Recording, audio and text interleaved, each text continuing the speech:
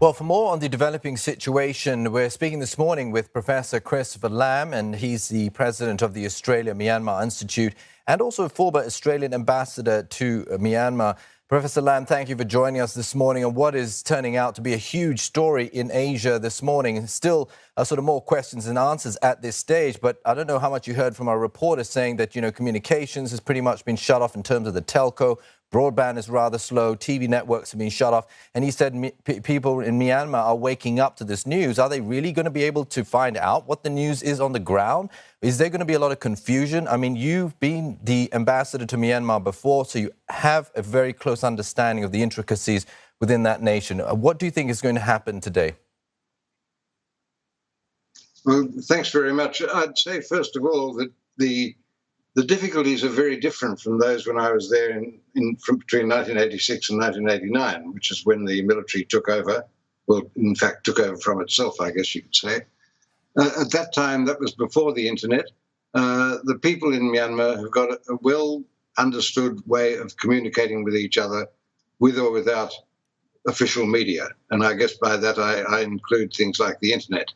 For example, it's possible now, and I know from some of my friends there this is being used, that they're using Bluetooth technology and other systems that enable telephones or phones to connect with each other without needing to go to the wider internet to do that, which means that information is not spread quite as widely as it might have been, but it's there.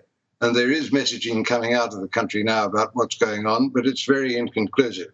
It's early days, as your reporter has already said. So we have to wait and see what happens, but it does seem clear that Aung San Suu Kyi and the president have both been detained. In what circumstances, it's difficult to tell. And it's also difficult to tell where they might go from that. If the military are serious and say that what's happened is that there are election irregularities that they cannot ignore, they will have to show the people of Myanmar why that is so, why that overrides the conclusion of the election commission and all the observers who were present, which include a lot of Myanmar observers present during the election.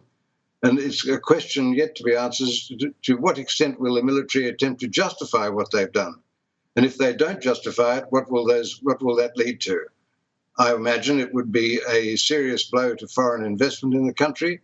It will raise questions about the views of other countries and neighboring countries, including China, as to what has happened, because after all, the Chinese foreign minister visited Myanmar very recently, and he saw Aung San Suu Kyi and General Min Aung Hlaing and other leaders in the country while he was there.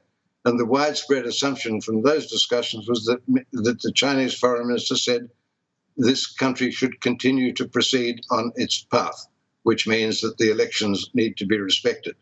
So how the military are going to handle this, I don't know. And the other thing that comes to my mind is what will be the views within the military. There would be, and this is based on the experience from 1988, there would be plenty of people inside the military who would not think this was a good idea, or they would look for reasons why it should be seen as a good idea. And there's nothing so far coming out of the military that even attempt to answer that question as to what this is all about and why. So I'd need a bit more time, and what I'm doing, and I've got a lot of messaging myself from members of our Australia-Myanmar Institute and other people we know about the situation and what do I think will happen, what whereabouts is it going to go, and I'd be reluctant to give many answers to that. But I would say that as recently as Saturday, I was telling my friends that I didn't think there would be a coup, and my prediction was that there would not be one because it wasn't really in anybody's interest, including in the army, to have a coup at this stage. So how they're going to overcome all the negatives that led to where we are now is really difficult to say.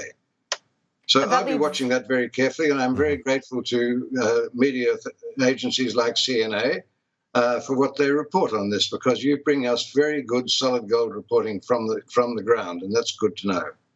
Thank you for that, Professor. Let's unpack that. You shared many insights there.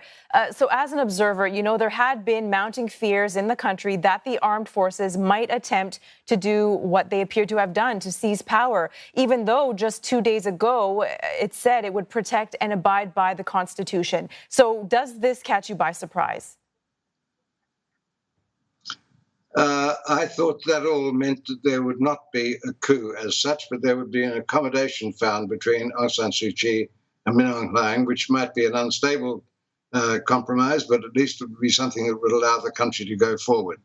So I don't know what has happened that has changed that situation, or perhaps I was just wrong all the way along, but I don't think so. I think that the greater likelihood is that there was a wish to find an accommodation, and the fact that that hasn't happened is something which I find quite mysterious. So it takes me back to personalities, and I don't really want to go down a personality track in this interview right now. Maybe next week we could talk about that, but there are personalities involved in this that are not part of what one would see normally as the interest bearers of either the Tapador or the NLD. So when we understand that better, we might know more about what's led this to happen. The other thing we don't know, and there's no reporting on this yet that I've seen, is what's happened in the ethnic states about this, where there are, as you know, various forms of insurrection or insurgency still running. What are they going to think about this? It's difficult to see how they could get any great pleasure out of this event.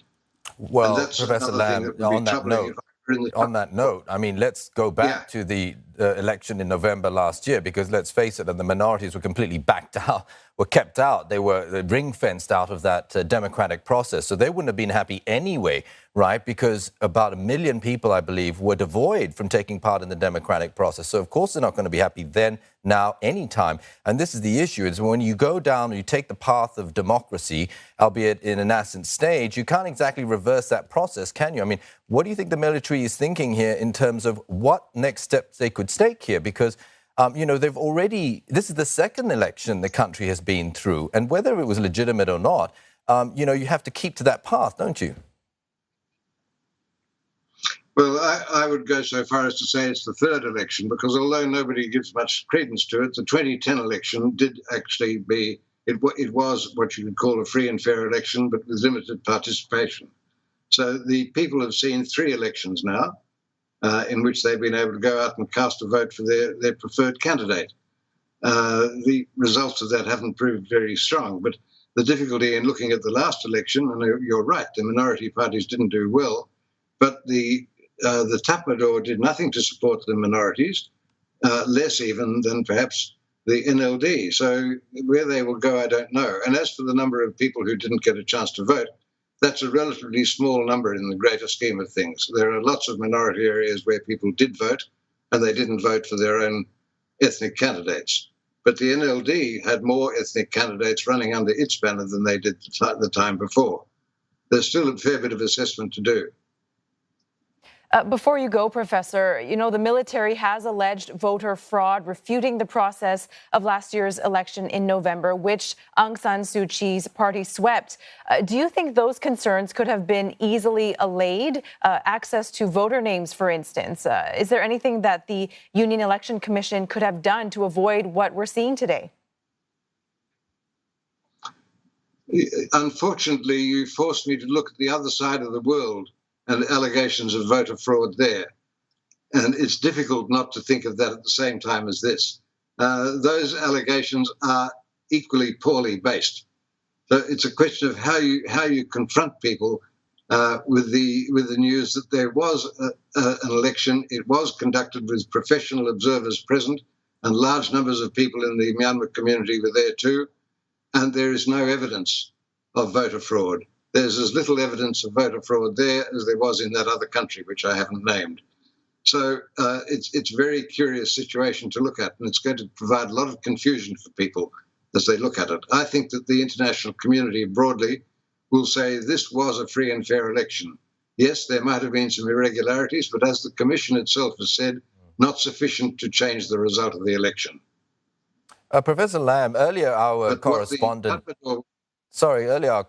said that the military in Myanmar were not actually refuting the outcome, but the actual process, and claiming that there was irregularity to the tune of 10 million votes. But at the end of the day, you know, what difference would that actually make in terms of the outcome of the election? Because, I mean, it sounds a bit contradictory. If they're going to claim the process was irregular, but they're not refuting the outcome, it's very, very confusing, particularly for those voters in Myanmar. And also, under the Constitution, the military have sort of guaranteed to them a certain amount of seats and retain power within the parliament. So I mean, what do they hope to change here? Do they think that they would have won a lot more seats in the last election that would have moved the needle? Because Aung San Suu Kyi and the NLD are hugely popular. It would have made no difference to the outcome of the election. So you end up coming back, as I said before, as you look a couple of stages down the track of analysis, you come down to personalities and what did they want out of this for themselves. I don't think it's got anything to do with the greater good of Myanmar. I think it's got to do with the good of certain people. And that's why I'm interested to see how the Tatmadaw hold together around this outcome. Professor Christopher around Lamb, these developments. thank you so much for your time and your insights this morning.